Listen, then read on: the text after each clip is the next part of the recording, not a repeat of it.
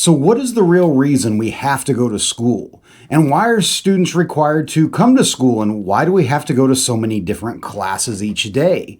These are all big questions that just about every student has asked themselves. Why do they have to drag themselves out of bed to come to some building and sit in different classes each day?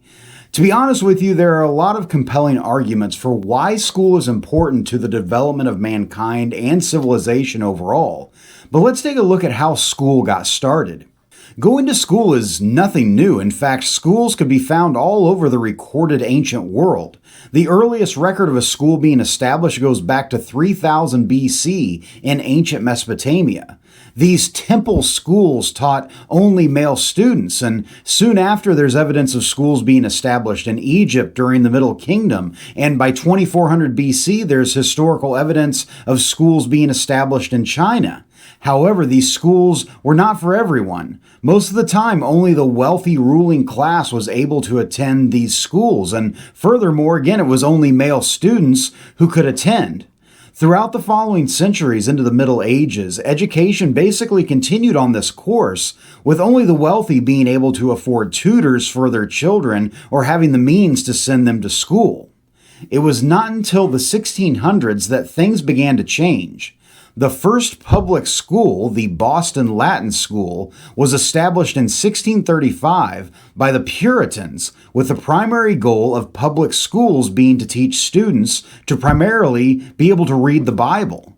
This began the trend in America and around the world for public schools to be established and for children to attend these schools. So I suppose if you really want to be mad at someone for making you go to school, I suppose you could sort of blame the Puritans. But here's the deal. Think about when public school really began to take hold and the changes to civilization that followed. And you can really see a direct correlation or relationship between more students attending schools and major advancements in technology. Take transportation, for instance. For thousands of years, it was either take a boat, walk, ride a horse, or some other animal-powered form of transportation. And that went on for years and years and years with really no drastic changes. But then more people began attending school. So in the span of less than 150 years, we went from riding a horse to steam-powered locomotives, to internal combustion engines in cars, to airplanes that could fly, to rockets that could take man to the moon. I don't really think it's a coincidence. That is a direct result of more people being educated and applying their knowledge to advance society. But it doesn't stop just at transportation. Just think about medicine and overall health and life expectancy, and then look at communication going from only written letters to digital communication that reaches all over the world.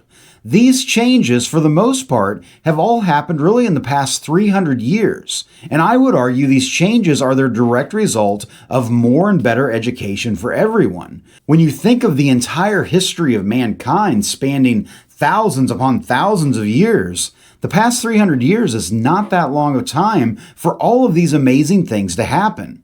So if you want to keep moving on and advancing our civilization, we need to continue educating our population, and people need to continue to attend school. But I know many might be saying, well, that's great that we made all of these advancements, but why on earth do I have to go to history class, and then to science class, and then to music class, and then to English?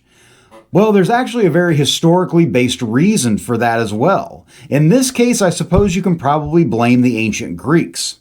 According to ancient Greek mythology, there were 9 goddesses that were over creativity and inspiration. Each of these 9 goddesses, known as the Muses, and incidentally, that's actually where we get the word music from today, each muse oversaw their own individual area or subject of creativity, from history to poetry to dancing and astronomy. The Greeks believed that in order to be a well-rounded, educated, or civilized person, you would need to have training in each of these different areas. That idea has continued throughout history and evolved to include subjects that you study today.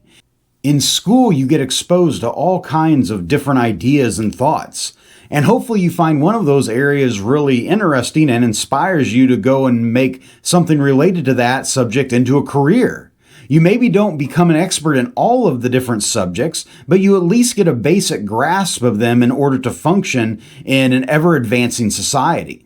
Hopefully, so far you've noticed a theme in why we go to school. It's really for the betterment or advancement of the entire society or the entire civilization. It is not just for your benefit, it is for the benefit of everyone. So that is really the answer to the question of why we are required to attend school. But if you insist on having some historical context, here it is. In the United States, compulsory education laws, or laws that require kids to go to school, were first passed in Massachusetts in 1852 and then spread to all the other states. By the 1920s, it was pretty much standard in every state that every kid had to go to school. But again, why require students to go to school? Think about the American Revolution, or at least the years leading up to the American Revolution.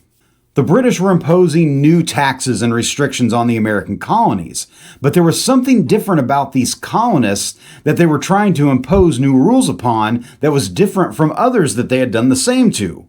They could read. The American colonists had a literacy rate of about 70%, meaning that percentage of male colonists could read and write. Compare that to England, where their literacy rate was around 40%.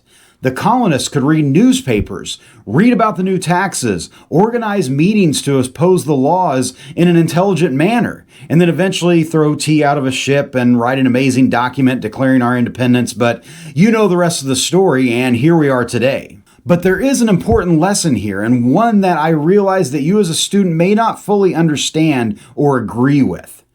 Going to school and getting an education gives you freedom. It gives you the ability to think for yourself. It gives you the ability to create intelligent, well thought out arguments and ideas. If you want someday to be a dictator and keep the people you rule over under your boot without any freedoms, the number one rule is make sure they are not educated. This is probably the biggest tool that rulers have used for centuries to maintain control over another group of people.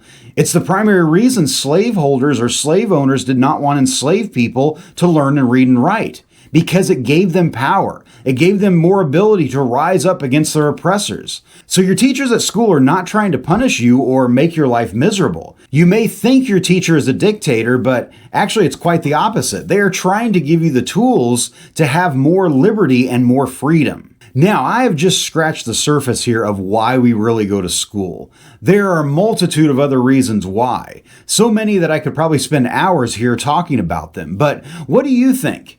You are likely a student sitting in a classroom right now. So think about it for yourself. What are some other benefits of attending school?